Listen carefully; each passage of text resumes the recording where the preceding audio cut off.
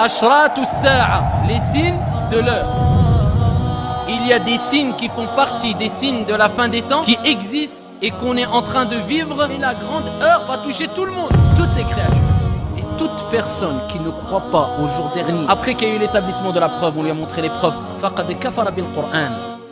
Idha ash-shamsu kuwirat, wa idha an-nujumu inkadarat, wa idha al-jibalu suyirat, wa idha al-'isharu 'uttilat, wa idha al-wuhushu hushirat. وإذا الوحوش حشرت وإذا البحار سجرت وإذا النفوس زوجت وإذا الموءودة سئلت بأي ذنب قتلت وإذا الصحف نشرت وإذا السماء كشطت وإذا الجحيم سعرت وإذا الجنة أزلفت علمت نفس ما. الحمد لله رب العالمين والصلاة والسلام على أشرف الأنبياء والمرسلين وعلى آله وصحبه أجمعين أما بعد أيها الإخوة والأخوات. Assalamu alaikum wa rahmatullahi wa barakatuh. La semaine dernière, on a parlé de Al-Mahdi, Muhammad, fils de Abdullah, Muhammad ibn Abdillah. C'est qui? C'est Al-Mahdi. Et Al-Mahdi, comme on l'a précisé lors du dernier cours, n'est ni un homme politique, ni un acteur, ni une star. Je dis cela simplement pour répondre à des gens qui ont un peu divagué concernant ici Ashratu as-sa'a al-kubra, les grands signes de la fin des temps. Nous, on se doit de se contenter de ce que Allah subhanahu wa ta'ala nous a dit, ainsi que le prophète Mohammed alayhi afdalus salatu wa askat taslim bi fahmi salafil umma, avec la compréhension des ancêtres pieux, tout simplement, pour pas divaguer.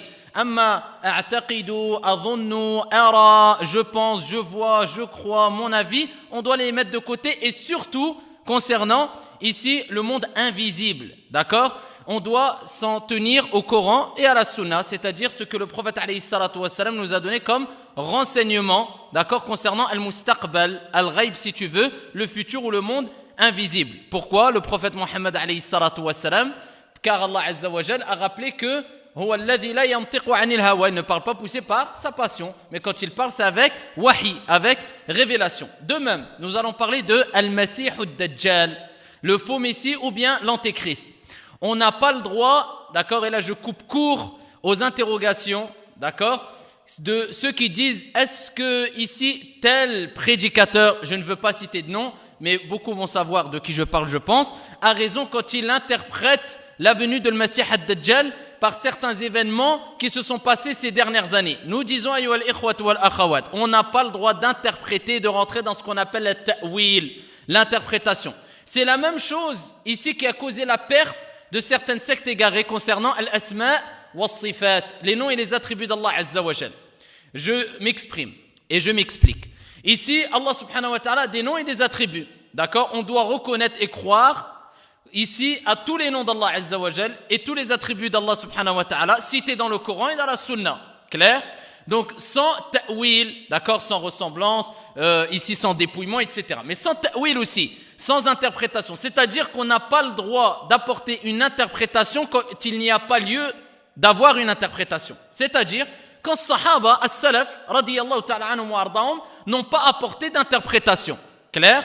Donc par exemple quand on sait que Allah subhanahu wa ta'ala a une main, quand on sait qu'Allah azza wa jal descend au dernier tiers de la nuit, quand on sait qu'Allah azza wa jal s'établit sur son trône, on doit y croire fermement, d'accord, sans interpréter la chose avec je pense, je crois, je vois. Certains ont expliqué que la descente d'Allah subhanahu wa ta'ala, c'est pas la descente d'Allah azza wa jal bi dhatihi, c'est-à-dire avec son entité, lui-même Allah subhanahu wa ta'ala, walakin c'est sa miséricorde, rahmatuhu subhanahu wa ta'ala. Wa hadha khata, ça c'est une erreur, car ici, on sait d'après les textes qu'Allah azza wa jal descend lui-même d'une descente qui convient à sa majesté.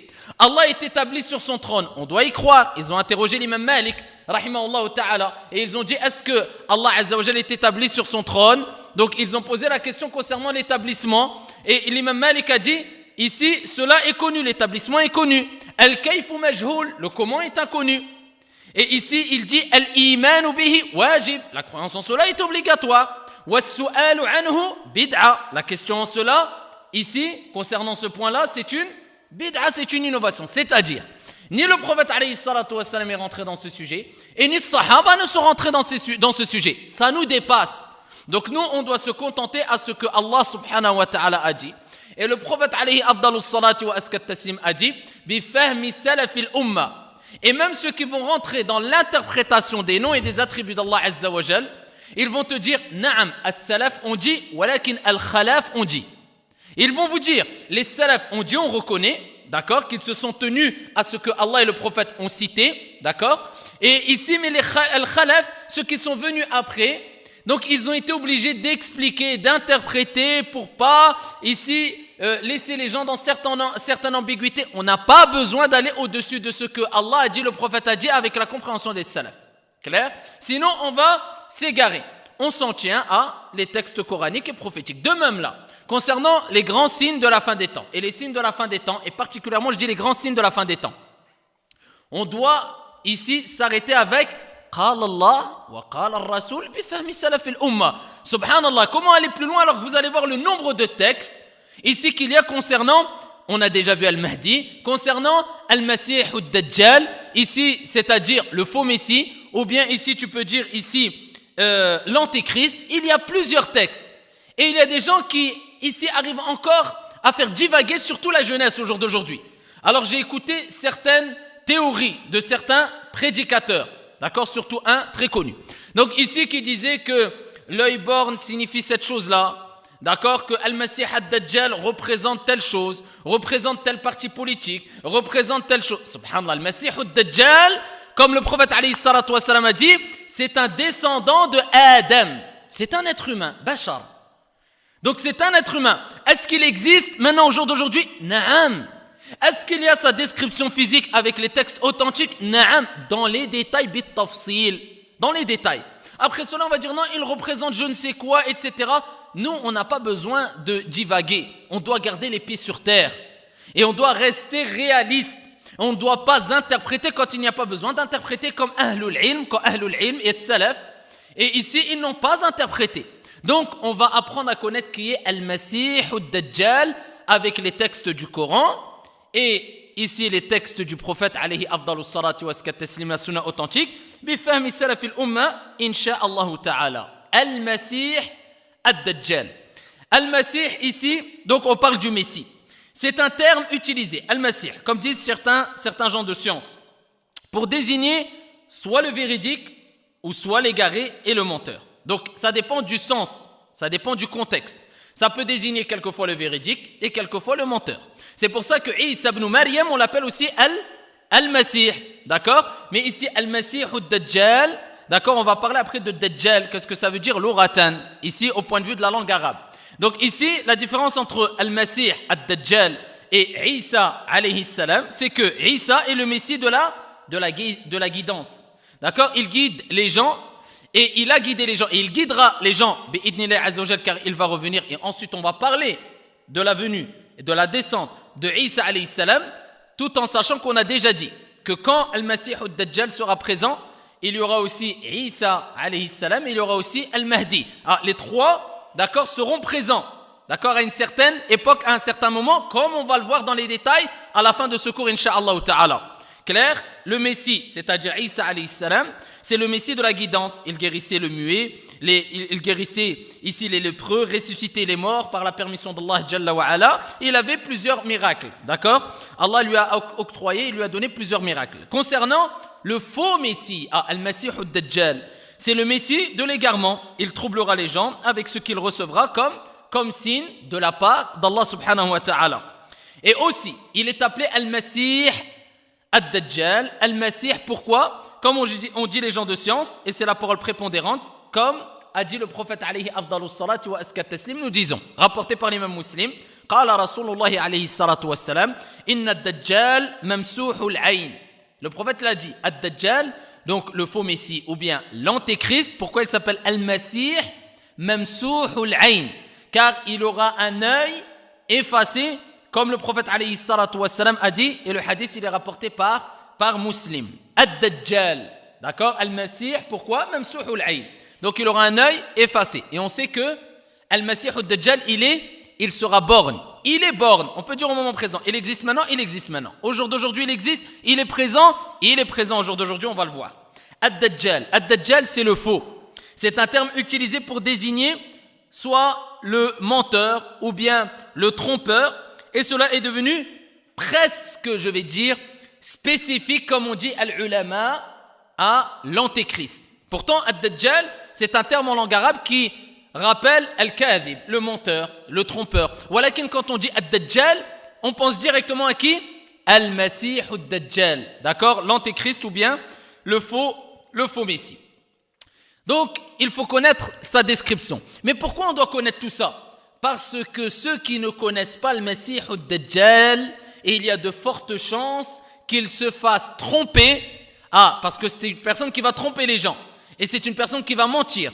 Et ça sera une grande fitna. C'est possible et il y a de fortes chances qu'ils se fassent tromper et avoir par le faux Messie. C'est pour ça, comme on le verra à la fin du cours, Inch'Allah Ta'ala, parmi les choses à savoir et à prendre en considération pour ne pas se faire avoir par le Messie ad-Dajjal, pour se protéger contre le Messie ad-Dajjal, c'est de le connaître. Parce que si tu ne le connais pas, c'est-à-dire tu ne connais pas les mensonges qu'il va apporter, comment il va se comporter, sa description physique, comment veux-tu reconnaître le Messie ad-Dajjal et ne pas te faire avoir? Donc ici on va commencer avec sa description physique, wasfuhu, qu'Allah Azza wa Jal le maudisse. On suit ici avec les textes du prophète alayhi afdalus salati wa askat taslim. Ibn Umar radiyallahu anhu wa an Abi rapporte que le messager d'Allah alayhi salatu wa salam a dit, et le hadith il est rapporté par l'imam al-Bukhari wa Muslim fi sahihain. Il dit alayhi salatu wa salam, بينما أنا نائم أطوف بالكعبة فإذا رجل جسيم أحمر جعد رأس أعور العين كأن عينه عنبة طافية. Tandis que je dormais, je me vis tourner autour de la Kaaba. Ça, c'est le prophète qui le dit. Et il mentionna avoir vu Isa ibn Maryam et ensuite le faux Messie. Et se mit à le décrire en disant, c'est alors que je vis un homme. Ici, c'est-à-dire qui était gros ou immense, brun, cheveux crépus, borgne, son œil comparable à un raisin apparent. Ils dirent, l'homme qui ressemble le plus à ce faux Messie est Ibn Qatan. Ibn Qatan, ici, c'était un homme de Khuza'a. Après que le prophète a décrit Al-Masih ad-Dajjal dans les détails, ils ont dit, l'homme qui nous paraît lui ressembler le plus, c'est Ibn Qatan de, ici, Khuza'a. Et Ibn Umar radiyallahu anhuma, il rapporte que le messager d'Allah alayhi salatu wassalam évoqua la sortie du faux Messie parmi les gens et dit, et le hadith, il est rapporté par Al-Bukhari wa Muslim. Pourquoi après, nous on va aller au-dessus de cela en interprétant et en disant que le Messie ad-Dajjal est représenté par telle chose, telle génération, telle ici armée, telle... La description elle est claire. Ici le prophète alayhi salatu wassalam a dit, certes Allah pureté à lui n'est pas borne. Inna Allah ta'ala laysa bi'a'war. Ala wa inna al-Masih ad-Dajjal a'warul ayn al-yumna. Dans cette version, le prophète alayhi salatu wassalam parle de l'œil droit. Dans une autre version, le prophète alayhi salatu wassalam parle de l'œil gauche. On va voir comment on conciliait al-ulama entre ces hadiths authentiques. Le prophète a dit ici, certes, Allah, pureté à lui, ici, laysa bi'a'war. Allah jalla wa ala, il n'est pas borgne. Et il dit, tandis que le faux Messie est borgne de l'œil droit. Son œil ressemble à un raisin apparent. En réunissant les ahadiths, parce que je vous ai dit, il y a d'autres ahadiths et on les verra par la suite, Inch'Allah Ta'ala, où il est relaté, il y a plusieurs ahadiths, et la majeure partie des ahadiths concernant le Messie ad-Dajjal ont été rapportés par l'imam Muslim et l'imam Ahmed, ici, et d'autres gens de science, mais particulièrement, vous retrouvez ces hadiths dans Sahih Muslim et dans le Musnad de l'imam Ahmed. Ici, vous allez voir dans d'autres hadiths, le prophète alayhi salatu wassalam a rappelé qu'il était borgne de l'œil gauche. Al-ulama, parmi eux l'imam al-Nawawi, rahimahullah ta'ala, et ici Al-Qurtubi, Al-Qadi Iyad, ils ont réuni entre les hadiths et ils ont vu que le plus prépondérant et ce qui se rapproche du plus authentique en conciliant entre les hadiths, c'est que l'œil droit est complètement borgne, il est complètement borgne de l'œil droit, c'est-à-dire que l'œil droit est complètement effacé. Et concernant l'œil gauche, il y a une couche épaisse. Dans d'autres hadiths, il est rapporté que son œil a une couche épaisse. Donc ils disent que l'œil qui est complètement effacé, c'est l'œil droit. Amma l'œil gauche, il y a une couche épaisse, c'est-à-dire qu'il a deux déficiences dans, ici, ses yeux. Une sur son œil droit et une sur son œil gauche. Walakin, il est borgne complètement de l'œil droit, mais pas de l'œil gauche. Walakin il y a une peau sur son œil gauche. Kama qala alayhi salatu wassalam, dans un hadith rapporté par Al-Bukhari wa Muslim, qu'on vient de citer dans d'autres hadiths. Et les savants, parmi eux, comme je l'ai dit tout à l'heure, Al-Qurtubi, Al-Qadi Iyad, l'imam Al-Nawawi et d'autres gens de science ont rapporté ici ces propos que je viens de vous citer, pour concilier entre tous les hadiths. Dans un hadith rapporté par Abu Daoud, authentifié par Sheikh Al-Albani, rahimahullah ta'ala, le prophète alayhi salatu wassalam, il nous donne ici une autre description. Donc on a dit tout à l'heure, ici que Al-Masih ad-Dajjal, il avait les cheveux crépus, il était borgne, ici de son œil droit. Donc, dans une version, le prophète alayhi salatu wassalam a dit qu'il était immense ou gros. Et ici, dans un hadith rapporté par Abu Daoud, قال عليه الصلاة والسلام إن المسيح الدجال رجل قصير. المسيح الدجال, c'est un homme. رجل, c'est un homme. C'est un homme qui est petit de taille. Et ici, il n'y a pas de paradoxe, d'accord? Ou alors de choses qui s'opposent dans tous les textes ici prophétiques. Dans certains textes, il est rapporté qu'il est immense, et dans d'autres textes, comme celui que je viens de vous citer, qu'il est petit. Les gens de science ont dit, tu peux être petit mais immense. D'accord? Tu peux être petit mais immense. On continue la description. Rapporté par l'imam Ahmed. Dans un hadith, et je prends une partie de ce hadith pour nous apporter d'autres descriptions physiques de Al-Masih ad-Dajjal, il a le cou large, et il est un peu courbé. D'accord? Il a le cou large, et il est un peu courbé. De petite taille, cheveux crépus, et c'est un homme corpulent. Rapporté par l'imam Muslim, le prophète alayhi salatu wassalam a apporté une autre description. Et il dit, il a la chevelure abondante. Il a une chevelure abondante. Rapporté par Al-Bukhari wa Muslim fi Sahihain, le prophète alayhi afdalu salati wa askat taslim nous apporte une autre description encore. Et il dit, inna bayna aynayhi maktubun kafirun wa fi riwaya kaf fa ra.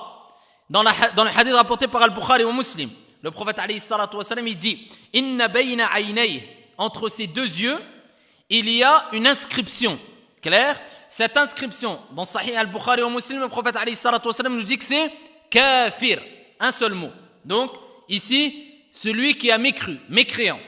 Et dans une autre version, le kaf, le fa et le ra, kafara. Claire? Et l'autre version, elle est rapportée par Muslim. Et ici, il est rapporté dans un hadith rapporté par Muslim encore que le prophète alayhi salatu wassalam a dit yaqra'uhu kullu mu'minin katibin wa ghayra katibin. Il dit alayhi salatu wassalam, tout croyant pourra lire, d'accord, lire, voir cette inscription. Et il dit katibin wa ghayra katibin, c'est-à-dire ici alphabet ou analphabète. Clair? Que tu saches lire ou pas, tout le monde, par la permission d'Allah Jalla wa Ala, pourra voir ici cette inscription.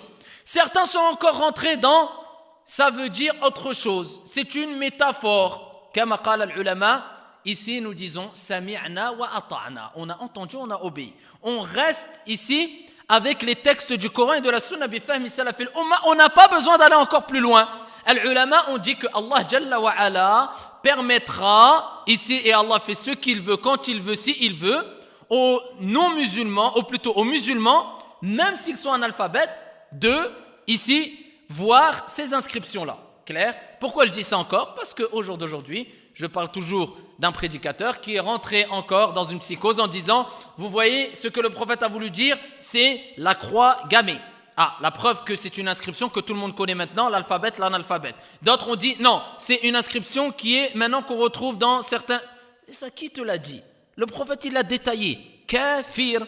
Et dans une version rapportée par Muslim, le prophète il dit quoi? Le kaf, le fa, le ra. Quelle relation entre ça et la croix gammée? Billahi alaykum. Et ça, c'est interdit en islam. On ne peut pas, surtout dans des sujets extrêmement sensibles, ici interpréter des choses. Bien sûr que Shaitan peut jouer avec nos pensées.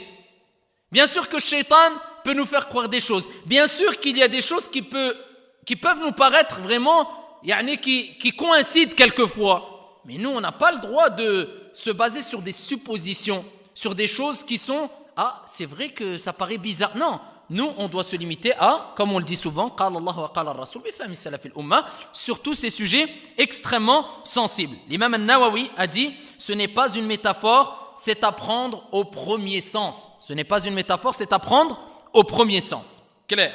Parmi les descriptions qu'on a concernant cet homme, Al-Masih ad-Dajjal, d'accord, le faux Messie.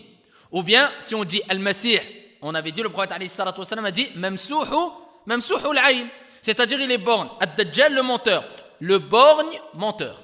On pourrait dire ça quelque part aussi. Le borgne, menteur. Concernant cet homme-là, qu'Allah le maudisse, est-ce qu'il y a d'autres descriptions? Naam. Le prophète alayhi afdalus salatu wa taslim a dit, et le hadith il est rapporté par Muslim. Ici, on demanda à Abu Sa'id al-Khudri, radiyallahu ta'ala anhu wa arda, n'as-tu pas entendu le messager d'Allah alayhi salatu wassalam, d'accord, concernant Al-Masih ad-Dajjal, qu'il ne peut pas avoir d'enfant, il ne peut pas enfanter. Et lui de répondre, na'am. Et le prophète, ici, on a répondu, si.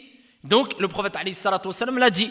Et le hadith, il est rapporté, ou le athar, il est rapporté par Muslim. C'est-à-dire que le prophète alayhi salatu wassalam a informé les compagnons qu'il sera stérile, qu'il ne peut pas enfanter. Clair. On dit depuis tout à l'heure que Al-Masih ad-Dajjal, au jour d'aujourd'hui, maintenant, plus que cela, à l'époque du prophète alayhi salatu wassalam, il était présent. Ma huwa ad-dalil? La preuve de cela, c'est un long hadith, et ici, je vais vous le citer, je vais vous le lire, et ici, concernant un long récit rapporté par Muslim, Fatima bintu Qais rapporte, et écoutez bien, je vous le lis. J'entendis le cri du héros du messager d'Allah alayhi salatu wassalam, Al-Adhan ou bien Al-Mu'adhin, qui est appelé ici à la prière en groupe. Et je sortis, me dirigeant vers la mosquée, et je priais avec le messager d'Allah alayhi salatu wassalam. Je me trouvais dans le rang des femmes qui vient après celui des hommes. Lorsque le messager d'Allah alayhi salatu wassalam, ici, eut terminé sa prière, c'est qui raconte? Fatima bintu Qais. Et le hadith, il est rapporté par Muslim. Elle dit, il s'assit sur le mimbar, alayhi salatu wassalam, en riant, et nous dit, le prophète a dit, que chacun demeure à l'endroit où il a prié. Il a terminé la prière, il a dit khlas, tout le monde reste à sa place.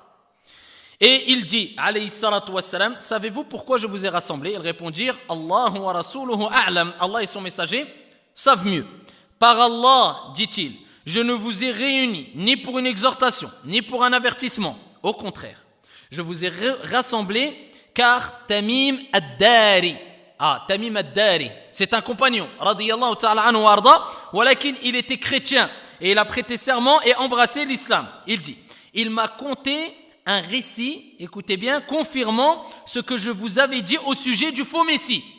Le prophète alayhi salatu wassalam, il a été heureux parce que le prophète alayhi salatu wassalam les avait informés sur une chose qui concerne al-mustaqbal, le futur, et il dit, regardez, At-Tamim ad-Dari m'a raconté une chose qui confirme ce que je vous ai dit. Donc il était content, le prophète alayhi salatu wassalam.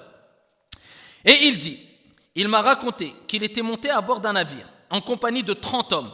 Les vagues les ballottèrent en mer 1 mois durant, puis ils échouèrent sur une île en pleine mer. Pendant 1 mois, ils étaient sur le bateau jusqu'à ce qu'ils ont été échoués. Ils restèrent dans le navire jusqu'au coucher du soleil. Puis s'installèrent sur les barques du navire et débarquèrent sur l'île. Donc après 1 mois, ils ont chaviré, et ici, ou alors plutôt ils se sont échoués, et vint alors à leur rencontre, quand ils sont descendus du bateau, sur cette île-là, une bête, tellement velue qu'on ne distinguait même pas la tête de la croupe. Donc imaginez-vous, pendant 1 mois, d'accord, ils sont en pleine mer, après ils s'échouent sur une île, ils descendent, après le coucher du soleil, ils voient une grande bête, toute poilue, qui leur parle. Notre réaction à nous, hadith wa la haraj. Al-Muhim, as-sahaba radiyallahu anhum wa arda'hum. Qu'est-ce qu'ils ont fait? Ils s'écrièrent, malheur à toi, qu'est-ce que tu es donc? Et elle de répondre, je suis l'espionne. Elle dit, je suis l'espionne. Et ici, ils reprirent. Et qu'est-ce que donc l'espionne? Elle dit aux gens, allez donc trouver cet homme dans ce cloître ou cette grotte, car il est impatient d'avoir de vos nouvelles. Alors elle dit, venez voir, ici, dans cet endroit-là, cette grotte-là, il y a un homme qui est impatient de prendre de vos nouvelles. Et lorsqu'elle nous désigna l'homme, dit-il, nous craignâmes qu'elle ne soit une diablesse.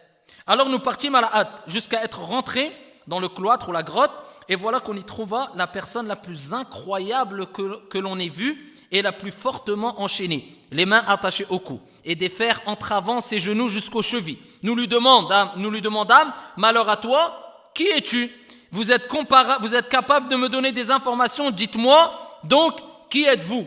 Donc, ici, ils engagent une conversation avec cette personne dont ils ont dit, on n'a jamais vu quelque chose ou quelqu'un de plus incroyable que cette personne-là qui était enchaînée, lourdement, fermement.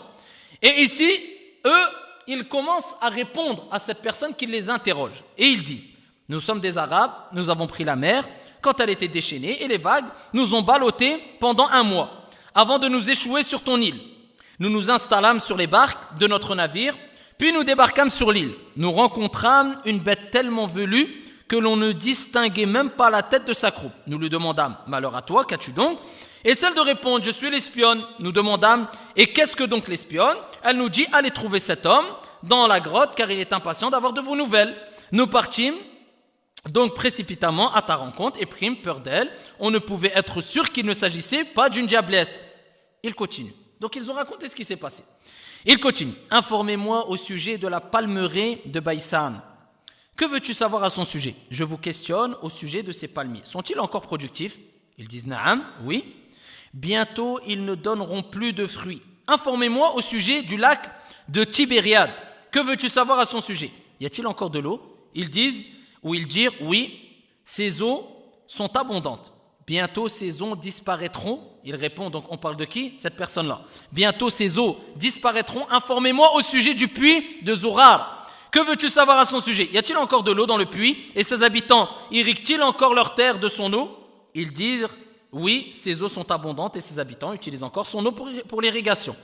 Informez-moi au sujet du prophète des illettrés. Qu'a-t-il fait? Et ils dirent, il est parti de la Mecque et s'est établi à Yathrib. Les Arabes l'ont-ils combattu? Donc cet homme-là qui est enchaîné leur dit, les Arabes l'ont-ils combattu? Ils dirent, oui, qu'a-t-il fait d'eux? Et nous de l'informer qu'il avait dominé tous les Arabes qui étaient à sa portée et ils lui ont obéi. Cela est-il arrivé? Oui, cela est arrivé. En effet, cela est préférable pour eux de lui obéir. Donc regardez, c'est un égaré, regardez, c'est un menteur, c'est un trompeur, mais souvent, même le menteur, le trompeur, ici quand il va voir que son adversaire est sur la vérité, à un moment ou à un autre, il reconnaîtra quelque part qu'il est sur la vérité. Et il dit quand même, il dit en fait, cela est préférable pour eux de lui obéir. Je vais vous dire qui je suis. Je suis certes le Messie, et j'aurai bientôt l'autorisation de sortir. Alors je me manifesterai, je parcourrai la terre, et il n'est pas cité dans laquelle je n'entrerai. Ah, on sait que Al-Masih ad-Dajjal, il dit qu'il ira partout sur la surface de la terre. Clair? Sauf. Et ce durant 40 nuits. 40 nuits, ça représente quoi? On va le voir. Si ce n'est la Mecque et Taïba. Il a dit c'est les seuls endroits, d'accord, ou les seules villes dont je n'aurai pas accès. La Mecque et Taïba, c'est-à-dire Taïba, Médine, car elles me seront toutes deux interdites. Chaque fois que je voudrais rentrer dans l'une d'elles, soit la Mecque ou Médine, un ange viendra à ma rencontre, un sabre dégainé en main pour m'en repousser. Et chaque quartier de la ville sera gardé par des anges qui la protègent. La Mecque et Médine.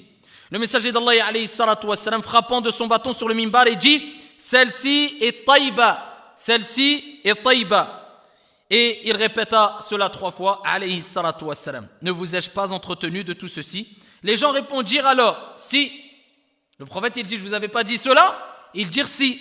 Et ici, le prophète alayhi salatu wassalam a dit, ce qui m'a plu dans le récit de Tamim, c'est qu'il confirme le récit que je vous ai raconté également à propos de Médine et de la Mecque.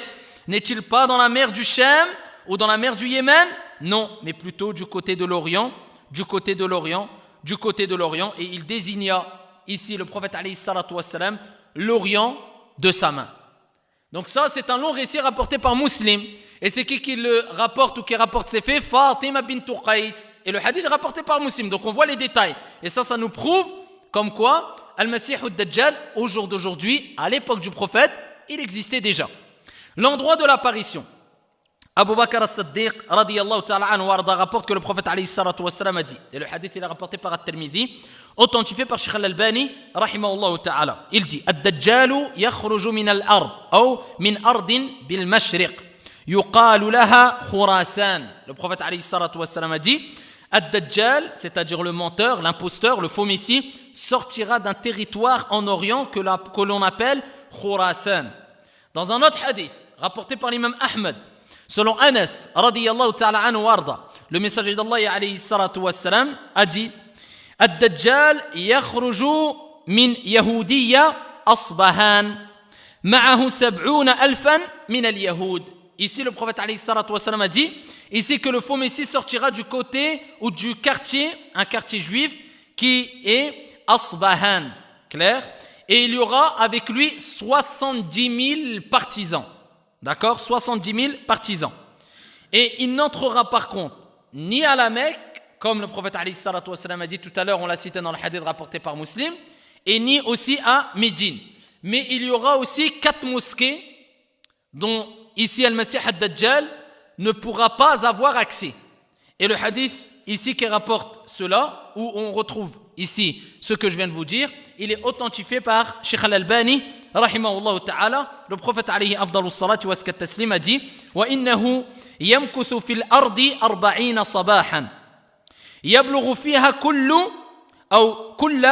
manhalin wa la yaqrabu 4 masajid. Le prophète alayhi salatu wa sallam a dit il demeurera sur terre 40 matins, on va expliquer cela, durant lequel il atteindra toute source mais n'approchera pas 4 mosquées. Et il dit alayhi salatu wa sallam Masjid al-Haram wa Masjid al-Madinah wa Masjid al-Tur wa Masjid al-Aqsa.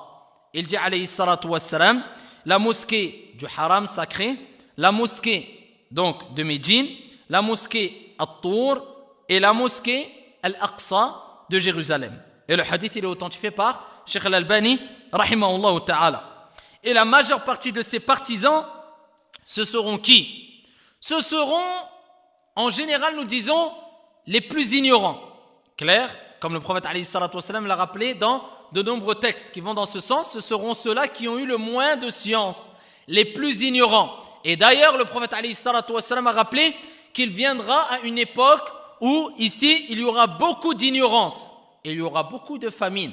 Donc on verra on voit ici qu'il y aura beaucoup de pauvreté, d'accord, concernant la science et concernant aussi les biens. Car le prophète alayhi salatu wassalam a rappelé aussi que le Messie Ad-Dajjal va venir à une époque de grande famine. D'accord, de grande famine. Et quand on sait qu'on est dans une époque de grande famine et de grande ignorance, on sait que les troubles sont plus ou de plus en plus néfastes et touchent de plus en plus de personnes, comme on va le voir dans les détails, incha'Allah ta'ala. Et particulièrement les bédouins, et particulièrement aussi les femmes. Clair? Ici, l'épreuve de cela, c'est ce qu'a dit le prophète alayhi afdalus salati wa askat taslim. Il dit alayhi salatu wa salam, wal hadith rawahu ibn Majah, wa sahah al hadith, Sheikh Al-Albani rahimahullah ta'ala, wa inna min fitnati an yaqula al-a'rabi ara'ayta. Il va dire ici aux bédouins, vois-tu si je ressuscite ton père et ta mère? Mais il dira à qui? Aux bédouins. Al-ulama, ils ont dit ici, le prophète il mentionne que ce seront les gens les plus éloignés de la science. Il va parler des bédouins et après il va parler de, pas toutes les femmes bien sûr, mais de certaines femmes. Il dira ici, vois-tu si je ressuscite ton père et ta mère? Attesteras-tu que je suis ton Seigneur? Donc bien sûr son père et sa mère seront décédés. Et il dira, attesteras-tu ici, atashhadu anni rabbuk? Fayaqul na'am. Fayatamathalu lahu ash-shaytanan fi surati abihi wa ummihi fayaqulan ya bunay ittabi'hu fa innahu rabbuk. Et ici, quand ils vont dire oui, on attestera que tu es notre Seigneur si tu ressuscites mon père et ma mère, nos parents. Et ici, il dira oui, c'est alors, ou ils diront oui, c'est alors que 2 démons se manifesteront sous la forme de son père et de sa mère en disant ô mon fils, suis-le, car il est ton Seigneur.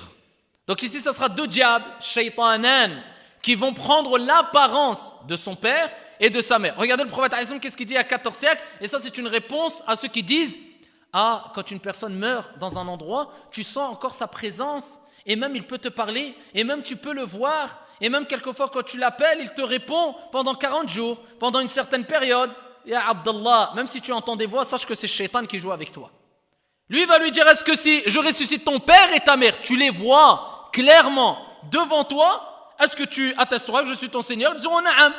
Ah, 2 Shaitan vont prendre l'apparence de son père et de sa mère, et ils vont dire, ya bunay, ittabi'hu, fa innahu rabbuk. Ici, suis-le, car c'est ton Seigneur. et ils diront Khalas, tu es notre Seigneur. Ah, ça c'est parmi al-fitan, les troubles, les épreuves qui vont accompagner le Messie ad-Dajjal. Imaginez-vous ici les dures épreuves. Donc il y a des gens, déjà au jour d'aujourd'hui, qui sont ignorants à un point où, même si Shaitan ne prend pas l'apparence de leur père et de leur mère, ils se font avoir par qui? As-Sahara wal-Kuhan, par les sorciers, par les devins, etc. Alors qu'il lui dit juste une petite chose, ou quelquefois une petite vérité sur 1 million, ou 10 millions, ou 1000 mensonges, il se fait avoir facilement. Que dire que quand ils vont voir Al-Masih ad-Dajjal, et qui va venir avec tous ses prodiges, et qui va venir avec, ici, par la permission d'Allah Azza wa Jal, il pourra, par la permission d'Allah Azza wa Jal, ordonner au ciel de faire tomber la pluie, et la pluie elle tombera. Et à la terre de sortir ses récoltes, et la terre sortira ses récoltes. Alors qu'ils seront dans une grande famine. Il viendra avec des montagnes de pain, il viendra avec des montagnes de fleuves, d'eau et de nourriture. Kama qala alayhi salatu wassalam, on va le voir dans les détails, incha'Allah ta'ala. Et en ce qui concerne les femmes, leur cas est plus grave que celui des Bédouins, ici, car elles sont facilement influençables et l'ignorance est courante chez certaines femmes ou chez beaucoup de femmes. Comme disent ici les gens de science, quand ils expliquent ce hadith-là, et ils rapportent le hadith rapporté par Ibn Umar, radiyallahu anhu wa an abi, qui rapporte que le prophète alayhi salatu wa salam a dit Al-Masih ad-Dajjal, le faux Messie, s'installera ici, il s'installera dans un endroit qui est Marqanat, d'accord? Ici il dit Bimarriqanat, fayakunu akthara man yakhruju ilayhi an-nisa, et la plupart de ceux qui sortiront pour le rejoindre seront les femmes, au point qu'un homme s'en retournera chez sa proche et chez sa mère, sa fille et sa sœur, ainsi que sa tante, pour les attacher avec des liens de peur qu'elles ne le rejoignent.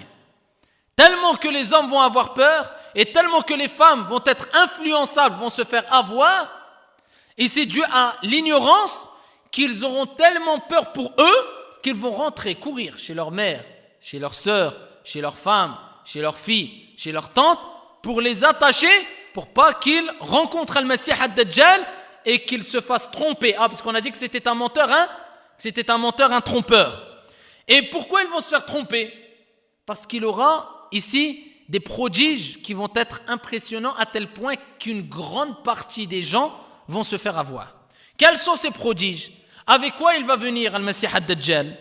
Ici, il y a plusieurs textes qui nous le rappellent. Parmi ces textes-là, il y a le texte qui réunit un peu tous les hadiths qu'on va citer dans les détails, incha'Allah ta'ala. Ce texte, il est général.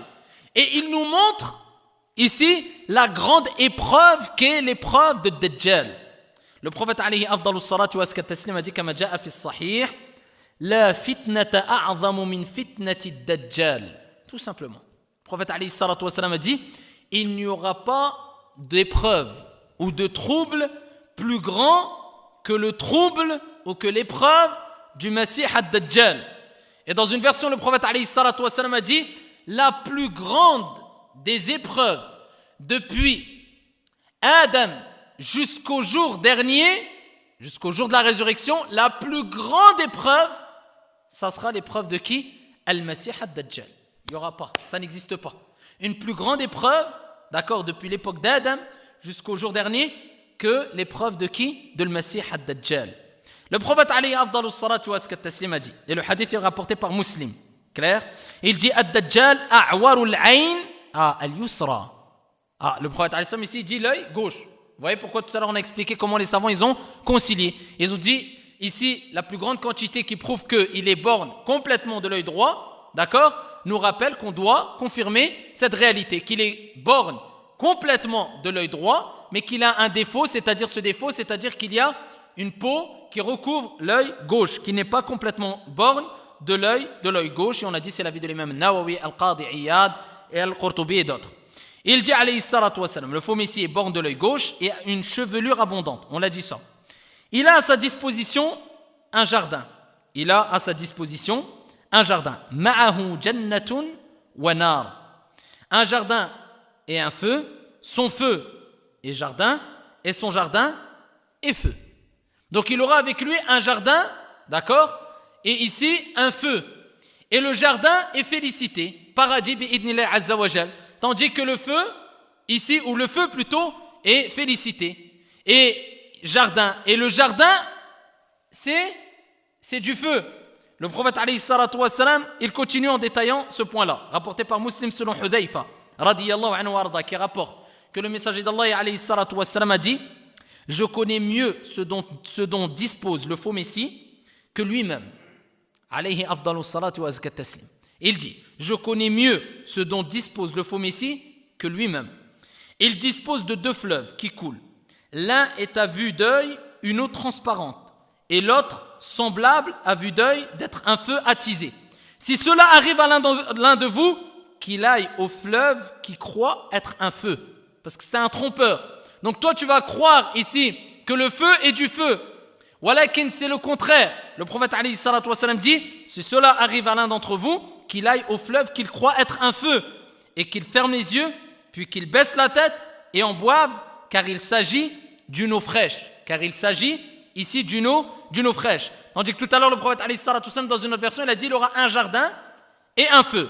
Donc le jardin, ici, ça ne représente pas un jardin, mais le contraire. Et le feu, ça ne représente pas le feu, mais le contraire. Et ceci pour tromper les gens. Il y a aussi un hadith d'Abu Umama al-Bahili, ici, où le prophète alayhi salatu wassalam a dit: et parmi son épreuve, il dira à un bédouin: vois-tu si je ressuscite ton père et ta mère, attesteras-tu que je suis ton Seigneur? Il dira oui. C'est alors que 2 démons se manifesteront sur la forme de son père et de sa mère en disant: ô fils, suis-le, car il est ton Seigneur. Ça, c'est parmi les choses qu'on a citées tout à l'heure aussi. Parmi les épreuves qu'il aura, ici, il viendra, comme on a cité tout à l'heure aussi, à une époque de grande famine. Il y aura beaucoup de faqr, de pauvreté. Les gens auront beaucoup faim. Et il y aura beaucoup d'ignorance. Imaginez-vous, la faim et l'ignorance. D'accord? Ici, tout, ou on va dire un cocktail explosif pour faciliter, d'accord, l'égarement, mais de qui? Des ignorants. C'est des ignorants, en général, qui se font avoir par les gens qui perturbent les gens, d'accord, ou alors les éléments perturbateurs, ash-shayatin, etc. C'est les ignorants en général. Quand une personne ne sait pas, il tombe facilement dans le panneau de shaitan. C'est pour ça que, à l'époque de le Messie ad-Dajjal, c'est ceux qui seront le plus ignorants concernant le Messie ad-Dajjal, sa venue, ses prodiges et la croyance en Allah Azza wa Jal, d'accord, qui est Allah, les noms et les attributs d'Allah Azza wa Jal, etc., qui se feront avoir, car ils ne vont pas distinguer entre al-haq ou al-batil. Mais le prophète alayhi salatu wassalam, il rappelle que le Messie ad-Dajjal, il est a'war, wallahu laysa bi'a'war, alors qu'Allah il n'est pas borné. Quand tu sais, khalas, tu ne te feras pas tromper. Même si tu vois de grandes choses, de grands prodiges, tu vas dire khalas, je sais que ça c'est les descriptions du prophète. Pourquoi? Parce que tu sais. Quand tu sais, tu n'es pas un ignorant. Il dit alayhi salatu wassalam, ici il viendra avec des montagnes de pain. Et dans une version, de nourriture. Et dans une version aussi, et de boissons. D'accord? Alors que les gens, ici, auront énormément faim. Combien de temps il restera et comment il se déplacera? Al-Masih ad-Dajjal, il est rapporté dans un hadith d'An-Nawas ibn Sam'an, évoquant le faux Messie, c'est-à-dire Al-Masih ad-Dajjal. Les compagnons demandèrent au messager d'Allah: combien de temps va-t-il demeurer sur la terre? Donc le faux Messie. Et le prophète alayhi salatu wassalam a dit: arba'ouna yawman, 40 jours. Et il détaille: yawmun kasana, wa yawmun kashahrin, wa yawmun kajumu'a, wa sa'iru ayyamihi ka ayyamikum. Il dit alayhi salatu wassalam, et le hadith est rapporté par Muslim, il va rester 40 jours sur la surface de la terre. Un jour comme une année, un jour comme un mois, un jour comme une semaine, et le reste des jours comme vos jours habituels. D'accord? Donc 40 jours, mais un jour passera comme une année. Un jour sera comparable, ça sera une année. D'accord? Pourtant c'est un jour, mais ça va durer une année, un jour. Ici, un jour comme un mois, un jour comme une semaine, et le reste des jours, ici, le reste des jours comme les jours habituels. Ils demandèrent: quelle est sa vitesse de déplacement sur terre? Comment il va se déplacer? À quelle allure? Et le prophète alayhi salatu wassalam a dit: comme la pluie chassée par le vent. Il viendra à un peuple et les invitera à le suivre. Ils croiront en lui et répondront à son appel. Il ordonnera au ciel de pleuvoir, à la terre de faire pousser sa végétation, et leur bétail reviendra au soir plus nombreux, l'épice plus ballonnée, et plus gras que jamais. Ensuite, il ira à un peuple, les invitera à le suivre. Et ils refuseront ses propos. Alors il les laissera et le lendemain, ils retrouveront leur terre asséchée, ne possédant plus rien de leurs biens. Il passera près d'une ruine et lui ordonnera « Fais sortir tes trésors ». Ainsi ces trésors le suivront tels les abeilles suivant leur reine. Par la suite, il appellera un homme débordant de jeunesse, le frappera d'un coup d'épée et le coupera en 2 parties, aussi rapidement qu'une flèche atteignant sa cible. Il l'appellera ensuite, après l'avoir coupé en 2. Et le voici qu'il se redressera devant lui, le visage rayonnant de joie en souriant. Regardez les épreuves. Seul celui qu'Allah a raffermi et a préservé, wallah, il pourra s'en sortir de cette grosse épreuve. Regardez comment les gens se font tromper par certaines personnes que parce qu'ils ont beaucoup d'argent ou une certaine notoriété au jour d'aujourd'hui. Que dire de cette époque où les gens goûteront l'ignorance et la famine et ils verront Al-Masih ad-Dajjal, la plus grande épreuve qui a existé depuis l'époque du prophète, depuis l'époque d'Adam jusqu'au jour dernier. Donc ici, seul celui qu'Allah aura préservé pourra s'en sortir. Comment s'en protéger? Pour terminer, ici, le prophète alayhi salatu wassalam a dit Al-Masih ad-Dajjal n'apparaîtra pas jusqu'à ce que les gens oublient de l'évoquer et jusqu'à ce que les imams délaissent le discours à son sujet sur les chairs al-manabir.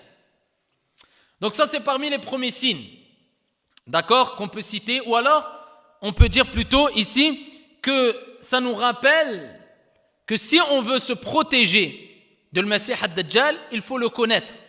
Mais il viendra une époque, d'accord, le prophète alayhi salatu wassalam a dit, où les gens ne parleront très peu ou que très peu de lui, presque pas.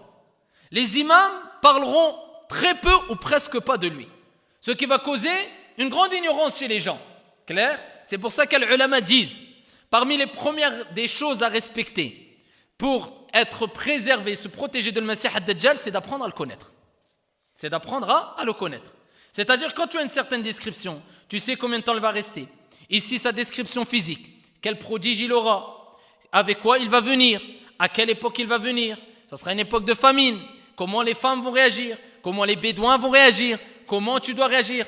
Qu'est-ce qui va t'aider à te protéger de lui? Ah, khlas. Déjà, quand tu vas le voir, tu vas le reconnaître. C'est pour ça que les ulama disent. Ça, c'est une preuve qu'on doit apprendre à nos enfants, à nos épouses, à nos parents, à nos frères, à nos proches, qui est le Masih ad-Dajjal. Et combien de gens ne connaissent pas le Masih ad-Dajjal? Ils disent oui, c'est l'antéchrist, point, c'est tout, khlas. Ça veut dire que si demain le Masih ad-Dajjal vient, c'est probable, si demain il vient, il ne reconnaîtra pas. Et peut-être même qu'il va tomber dans le panneau quand il va voir certains miracles, et il va dire enfin, moi je posais la question à des imams, à des prédicateurs, à des savants, quelle est la solution à mes soucis, à mes problèmes, ils n'ont pas su me répondre, et lui il vient avec la solution. Combien vont tomber dans le panneau? Parce que les gens maintenant, quand on les voit, par exemple, juste avec le cas de Ar-Ruqya Shar'iyya, d'accord, Ar-Ruqya, il y a des gens tellement qu'ils sont perdus, parce qu'ils sont possédés par un djinn, ou alors on leur a fait sihr, ou alors par l'ayn, ils sont prêts à faire tout et faire n'importe quoi. Tellement que c'est dur cette épreuve-là. Et on demande à Allah Azza wa Jal de préserver et guérir tous ceux qui sont atteints de ce mal-là. Et ici, il y a des gens, ils sont prêts à aller voir des qui? Des sorciers, des devins, dépenser des millions. D'accord? Et ils ont oublié que Allah subhanahu wa ta'ala a dit wa iyamsaska Allahu bidur fala kashifa lahu illa hu. Si Allah fait qu'il t'arrive un mal, nul ne peut l'enlever si ce n'est Allah subhanahu wa ta'ala. Il tombe dans le panneau parce que l'épreuve est trop dure. Que dire de le Masih ad-Dajjal quand il va venir avec ses miracles, ou plutôt ses prodiges, par la permission d'Allah Azza wa Jal, quand Allah va lui permettre ici de faire tomber la pluie, de ici faire sortir les récoltes de la terre, avoir ces grandes richesses, des montagnes de pain, des montagnes de ta'am, de nourriture, des montagnes de fleuves, etc. Que dire de cet événement-là et de ce moment-là? On doit apprendre à connaître Al-Masih ad-Dajjal. Parmi les choses qui vont nous permettre de se préserver, se protéger de Al-Masih ad-Dajjal, c'est Al-Aqidatu Sahiha, la croyance pure, authentique, c'est-à-dire d'apprendre à connaître Allah Jalla wa Ala à travers ses noms et ses attributs. Ici, tu verras que ce n'est pas possible que ça soit lui, Allah Jalla wa Ala. Que ce n'est pas possible que ça soit lui, le prophète Mohammed alayhi salatu wassalam. Que ce n'est pas possible que ça soit lui, Al-Masih, que ça soit lui, ici, Isa ibn Maryam. Donc ici, quand tu sais que, regardez le prophète, il a dit, il est a'war. Wallahu wa inna Allah laysa bi'a'war. Ah, il est borgne, mais Allah n'est pas borgne. Ah, tu sais que Allah, il n'est pas borgne.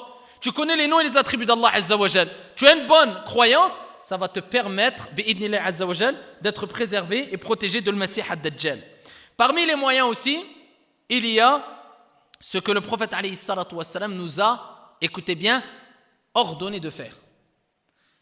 Ici, à la fin de chaque prière, ba'd at-tashahhud qabla at-taslim. Après le tashahhud final, avant le taslim. Le prophète alayhi salatu wassalam a dit, le hadith est rapporté par Muslim, إذا تشهد أحدكم فليستعذ بالله من أربع فليقول et qu'ils disent اللهم إني أعوذ بك من عذاب جهنم ومن عذاب القبر ومن فتنة المحيا والممات ومن شر فتنة المسيح الدجال. Le prophète alayhi salatu wassalam a dit, lorsque l'un d'entre vous finit le tashahhud, c'est-à-dire vous avez fini le dernier tashahhud juste avant le taslim, qu'ils disent ces quatre choses, qu'ils cherchent protection, فَلْيَسْتَعِذْ بِاللَّهِ مِنْ أَرْبَعٍ, ils cherchent protection près d'Allah contre quatre choses, et qu'ils disent, avant de dire assalamu alaykum wa rahmatullah, assalamu alaykum, tu dois dire ça, Allahumma inni a'udhu bika min adhab al-qabr wa min adhab jahannam wa min fitnati al-mahya wal mamat wa min sharri fitnati al-masih ad-dajjal. Tu cherches protection auprès d'Allah Azza wa Jal contre le châtiment du feu, le châtiment de la tombe, ici les troubles de la vie ou les épreuves de la vie et de la mort, et contre ici le mal, contre l'épreuve du faux messie. Ça veut dire que depuis l'époque du prophète alayhi salatu wassalam, as-sahaba radiyallahu anhum wa ardahum, jusqu'au jour d'aujourd'hui, les compagnons, jusqu'aux musulmans, au jour d'aujourd'hui, tous les musulmans doivent dire ces invocations-là, chercher protection près d'Allah Azza wa Jal contre le Masih ad-Dajjal. Et ici, on parle de salah. Et ici, parmi les actes d'adoration les plus importants, ici, c'est quoi? As-salah, dans la prière. À la fin de la prière, les actions ne valent que par leur fin. Pour montrer l'importance des dernières actions, regardez la fin de la prière, tu cherches protection près d'Allah contre le Masih ad-Dajjal. Ce n'est pas pour rien. Jusqu'à ce que Taous, qui faisait partie des tabi'in, il a rencontré, radiyallahu anhu wa arda, 50 compagnons, Taous. Il ordonnait à son fils de refaire la prière quand il savait qu'il n'avait pas fait ses invocations, il n'avait pas cherché protection près d'Allah Azza wa Jal contre ces quatre choses et contre le Masih ad-Dajjal. C'est pour ça que certains gens de science, au minhum Sheikh al-Albani, rahimahullah ta'ala, ils disent que c'est obligatoire, wajib. C'est obligatoire, d'accord, ici de faire cette invocation, de chercher protection près d'Allah Azza wa Jal contre ces quatre choses dans chaque prière. Ça, c'est l'avis du Sheikh al-Albani. Taous, il disait même à son fils, et c'était parmi un grand tabi'in, à son fils, tu ne l'as pas dit, refais ta prière. Pour lui, il considérait que la prière n'était pas complète s'il n'avait pas ici cherché protection près d'Allah contre ces quatre choses. Et parmi ces choses-là, la protection wa min fitnatil masih ad-dajjal. Clair? Donc ça, c'est un moyen par lequel Allah Azza wa Jal nous protégera, Inch'Allah ta'ala, de le Masih ad-Dajjal, car on a invoqué dans nos prières et on a demandé à Allah de nous préserver de cette fitna, ce trouble, cette tentation. Clair? Parmi les moyens aussi, pour terminer, dans un long hadith d'An-Nawas ibn Sam'an, on retrouve فمن أدركه كما قال عليه الصلاة والسلام فمن أدركه أي المسيح الدجال منكم فليقرأ عليه فواتح سورة الكهف. Ici le prophète عليه الصلاة والسلام a dit que celui donc parmi vous qui le rencontre, c'est-à-dire al-Masih ad-Dajjal, qu'il lise en sa présence les premiers versets de Souratul Kahf. D'accord? Et le hadith il est rapporté par Muslim. Abu Darda radiyallahu ta'ala anhu warda rapporte que le prophète alayhi salatu wassalam a dit Man hafiza 10 ayatin min awwali Souratil Kahf usima min Dajjal usima min ad-Dajjal. Le prophète alayhi salatu wassalam il dit dans un autre hadith rapporté par l'imam Muslim, quiconque retient 10 versets du début de la sourate al-Kahf sera protégé du faux messie, c'est-à-dire de son épreuve. Et ici, dans un autre hadith aussi, il est rapporté les 10 derniers versets. Donc ici, on voit que celui qui apprend par cœur les 10 premiers versets de sourate al-Kahf, la caverne, quand il va voir le Masih ad-Dajjal, s'il les récite, ici, il ne pourra rien, bi'idnillahi azza wa jal, contre lui. Donc, à vous d'apprendre les 10 premiers versets de Sourate Al-Kahf. Et les ulama, ils disent parmi les hikam, les sagesses qu'il y a, c'est que dans Sourate Al-Kahf, ici, on parle de grands événements. Et quand on parle de le Messie ad-Dajjal, on parle d'un grand événement. Dedans, on parle du jour de la résurrection, on parle de Dhul Qarnayn, on parle de Ya'juj et Ma'juj, on parle de beaucoup d'événements dans Souratul Kahf. Clair? Donc à nous d'apprendre les 10 premiers versets coraniques de Souratul Kahf. Parmi les choses qui vont nous aider à nous préserver et qu'Allah Azza wa Jalla nous préservera de le Messie ad-Dajjal, comme on dit les gens de science, c'est de prendre la fuite. C'est que quand tu sauras qu'il est dans un endroit, tu pars et tu prends la fuite. Et essaie de te diriger particulièrement vers où? La Mecque et Médine. D'accord? Et ça ne veut pas dire parce que tu es à la Mecque ou Médine que tu seras préservé obligatoirement. Attention. Comme il disait Salman al-Farisi, radiyallahu anhu warda, ce n'est pas la terre, d'accord, qui va, ou ce n'est pas la terre qui va, une terre sacrée, d'accord, qui va rendre une personne pieuse ou bonne ou dans la droiture, mais c'est ses actions. La personne peut entendre parler de le Messie ad-Dajjal, même si elle est à Médine, sans que le Messie ad-Dajjal rentre, mais lui peut sortir et aller vers le Messie ad-Dajjal. D'accord? Mais parmi les moyens, ils disent de prendre la fuite, car tu ne pourras rien pour lui. Donc si c'est une grosse épreuve, et qu'on ne pourra rien contre lui, bien que les musulmans vont se rassembler contre l'antéchrist, contre le Messie ad-Dajjal, quelle est la solution? Le prophète alayhi salatu wassalam a rappelé ici quelle sera la solution. Et il parle de sa mort, et il dit alayhi salatu wassalam. Et le hadith, il est selon Jabir ibn Abdillah.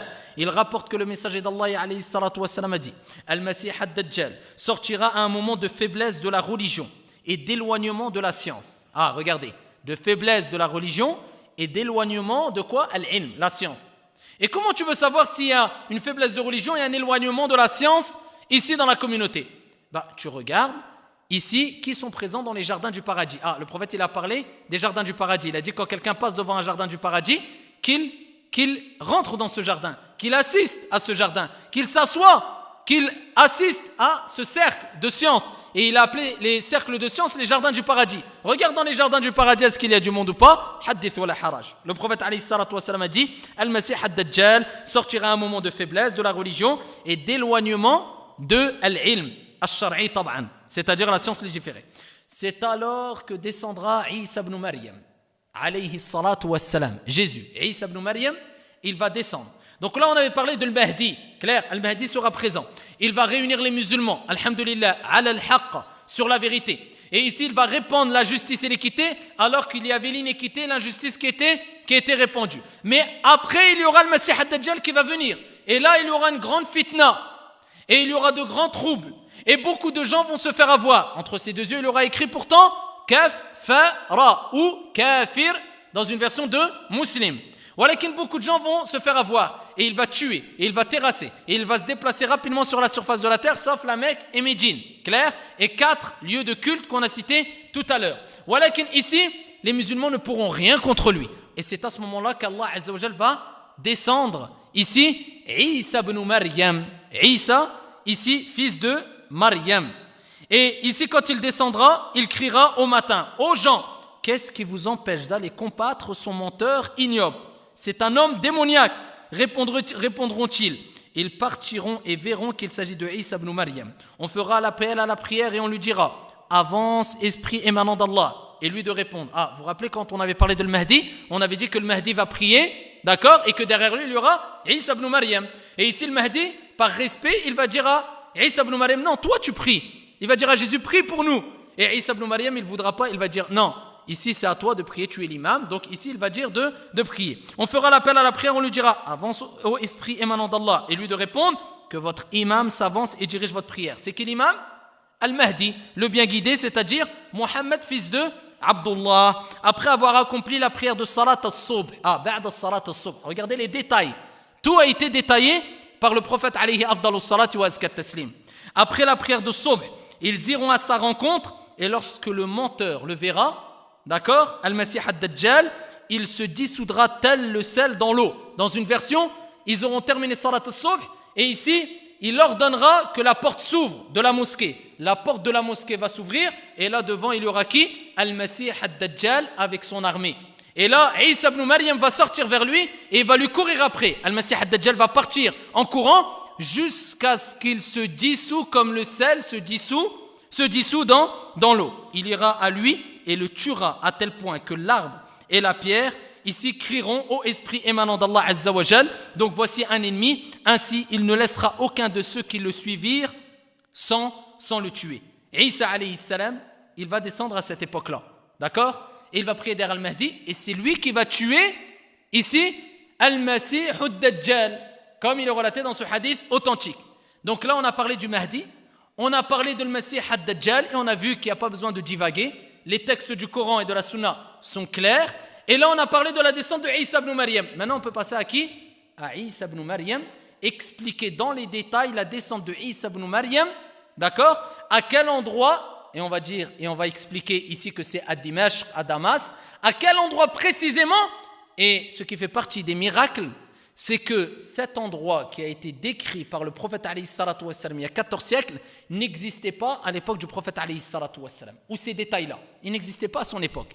Et on va dire à quelle époque ici ils ont existé, et bi'idnillah azza wa jalla on va rentrer dans les détails concernant Al-Masih, ou concernant plutôt Isa ibn Maryam ici alayhi salatu wassalam la semaine prochaine. Wallahu ta'ala a'lam وأحكم سبحانك اللهم وبحمدك أشهد أن لا إله إلا أنت أستغفرك وأتوب إليك وآخر دعوانا أن الحمد لله رب العالمين.